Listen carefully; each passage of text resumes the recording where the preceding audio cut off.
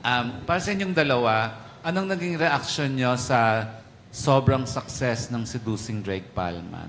In-expect nyo na ba o nagulat pa kayo na super successful ang show? Ako po, from the start, hindi na po ako nag-e-expect. Para kung ano man mangyari, matatanggap ko po ng buong buo. Kaya po nung nakita ko na unti-unti pong nakikilala yung Seducing Drake Palma, sobrang tuwa ko po. And grateful po ako sa lahat ng mga sumusuporta po hanggang ngayon. Ako, nung una po, hanggang ngayon hindi pa rin po ako makapaniwala talaga na tinanggap kami ng tao sa Seducing Drake Palma. Kasi before po ang Seducing Drake Palma, ginawa po namin yung Amutiana Section E. And grabe po yung pagtanggap ng tao sa amin. Kaya dito po sa Seducing Drake Palma, kinakabahan po ako kung ganun pa din po. Pero sobrang kinikilig po ako ngayon kasi talagang sinuportahan po nila talaga kami. Yan po. And for my last question, what if, pero wag naman sana, na sa next project nyo, hindi kayo ang magka-partner, papayag ba kayo?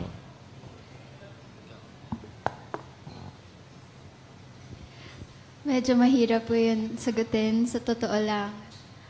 Pero kung mabigyan man po kami ng projects na hindi kami ang magka-partner, I think nasa stage po kami ng career namin wherein gutom na gutom po kami for projects and we would not decline it because a blessing is a blessing. And kung saan man po kami dalhin ng karera namin, alam na naman po namin sa isa't isa na nandyan kami para sa isa't isa. Yun. Ang ganda naman sinabi mo. Ako, yun din po yung sasabihin ko, di ba? Hindi, totoo. Totoo, di ba? Kung may ibibigay man po sila na project sa amin, wala naman po kami tatanggihan. Talagang tatanggapin po namin yan palagi kasi sobrang pasasalamat na po. May project na po yan eh. Pero kung hindi man po kami magka-love team, sa mga susunod po, pwede naman po kami magka-love team ulit, di ba? Ayan. Suporta lang po kami sa isa't isa palagi. Ayun, thank you. Ang huhusay niyong sumagot and congratulations. Salamat po. Maraming salamat po. Siya nga, no? Ang uhusay talaga sumagot. That was Romel Gonzalez ng PEP.